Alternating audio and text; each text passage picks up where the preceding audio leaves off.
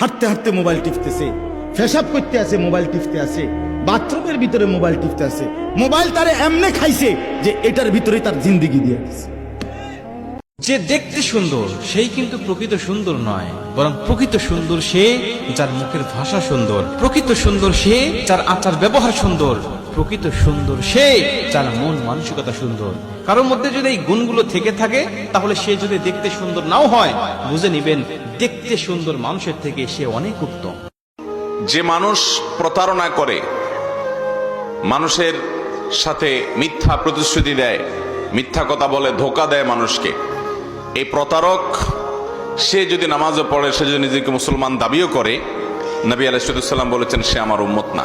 রমাদানের সেজদায় বেশি বেশি দোয়া করবেন, কারণ আল্লাহ রাসূল বলেছেন যে বান্দা আল্লাহর এত কাছে কখনোই যেতে পারে না যত কাছে সে সেজদারত অবস্থায় থাকে। সেজদারত অবস্থায় আপনি যা চাইবেন আল্লাহর কাছে সেটাই কবুল হয়ে যাবে ইনশাআল্লাহ।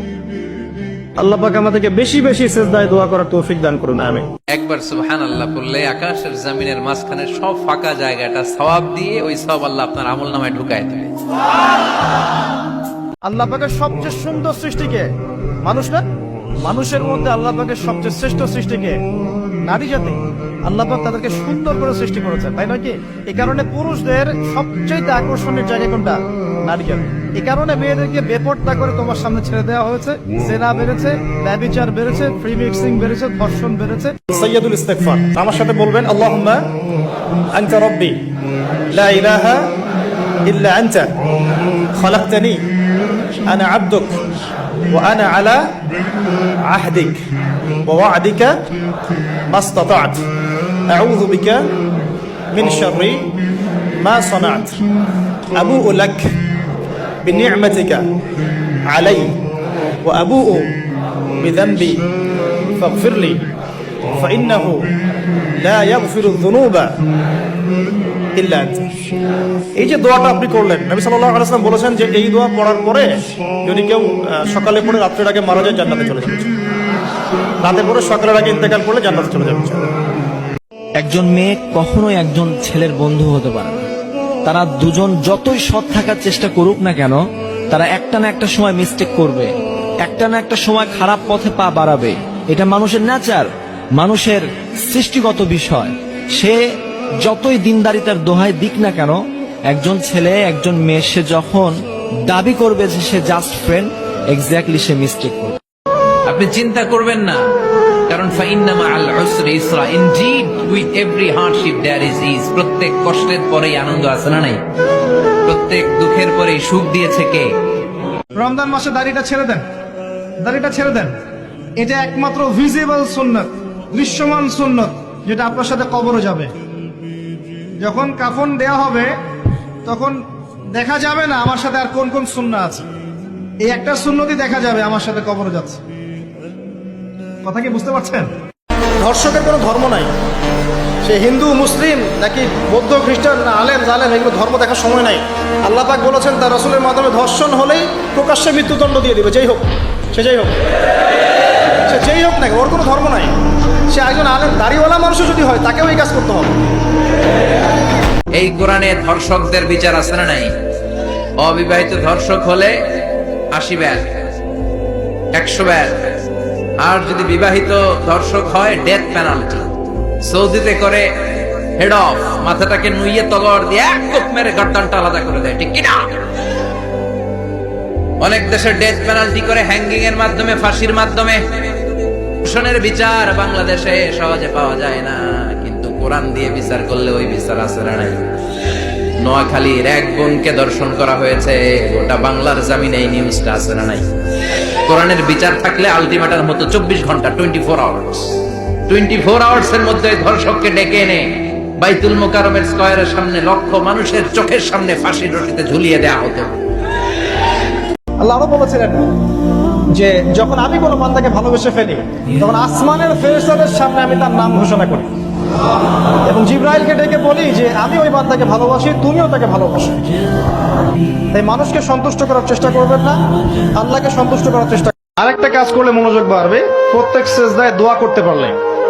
সেজদা করছেন, শুধু সুবহান রাব্বিয়াল আ'লা এতটুকু বলে উঠে যাবেন না। কমপক্ষে একটা দুটো দোয়া করেন, একটা দুটো দোয়া করেন সেজদায়, কারণ সেজদায় সবচেয়ে বেশি দোয়া কবুল হয়। আল্লাহ রাসূল সাল্লাল্লাহু আলাইহি ওয়াসাল্লাম বলেছেন, বান্দা সেজদায় আল্লাহর যত কাছে থাকে। কেউ ফোন দিয়েছে, হ্যালো, কে? স্বামীকে চায়, উনি বাসায় নাই, কাট।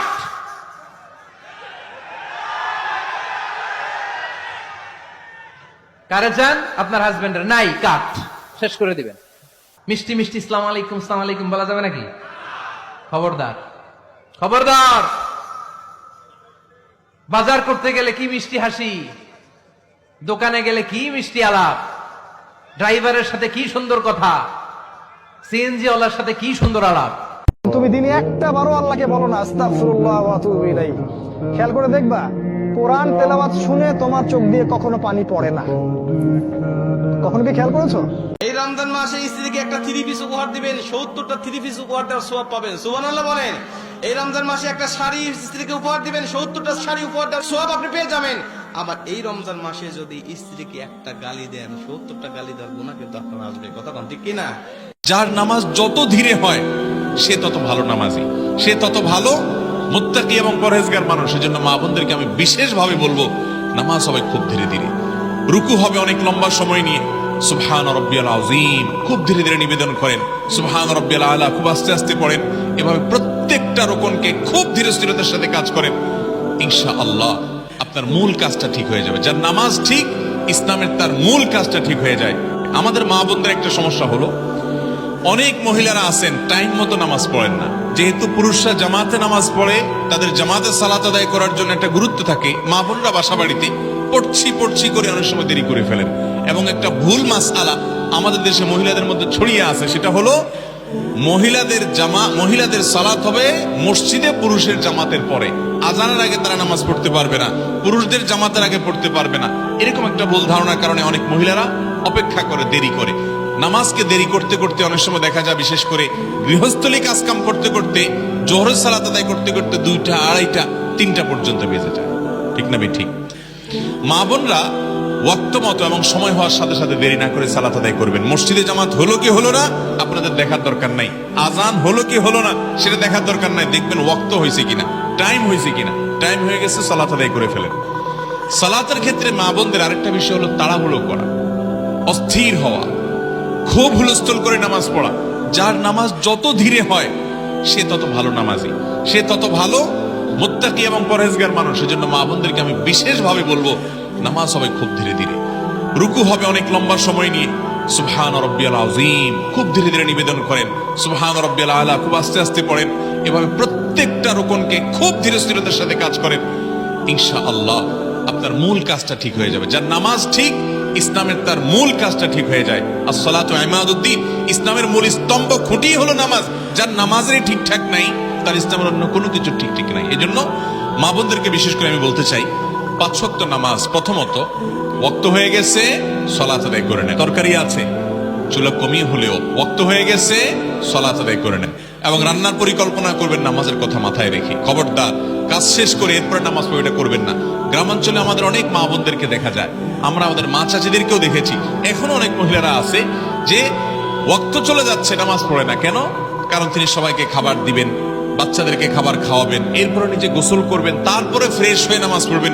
এই তথাকথিত ফ্রেশ হতে হতে 3টা, 3:30 বেজে যায়। আপনাদের নামাজ আমল নামার মধ্যে সবচেয়ে বাজে অবস্থার মধ্যে চলে যায়। এই জন্য ওয়াক্ত হয়ে গেছে, গোসল ফরজ না হলে গোসলও করার দরকার নেই, ওযু করে সুন্দর করে কাপড় চোপড় পরে ঢেকে ঢুকে নামাজ পড়েন।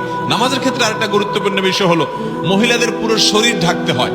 আমার জানা মতে, আমি ছোটবেলা থেকে মা চাচি মাহারা মহিলাদের যত দেখেছি, আমাদের দেশে মহিলাদের অনেকে আছেন যারা এই হাতের গোছা খোলা রাখেন, শাড়ি পরে নামাজ পড়েন, তারপরে ওড়না পড়তে হয় সেটা জানেন না।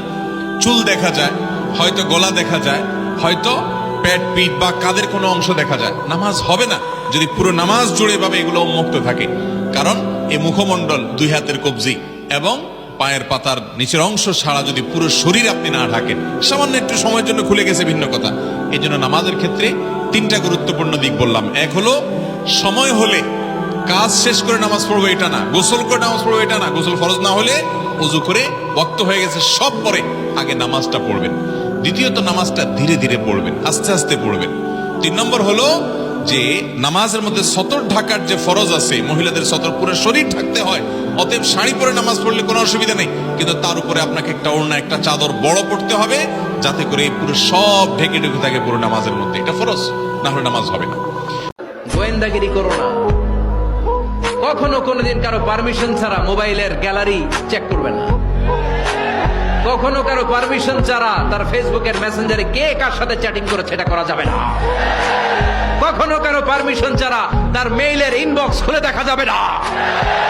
কখনো কারো পারমিশন ছাড়া কারো ব্যক্তিগত চিঠি পড়া যাবে না। দিস ইজ ইসলাম, এটাই ইসলাম। আর যে মেয়ের হাতে মোবাইল দিয়েছেন বাড়ির বাবা, ওই মেয়ের জীবনটা আপনি ধ্বংস করে দিয়েছেন।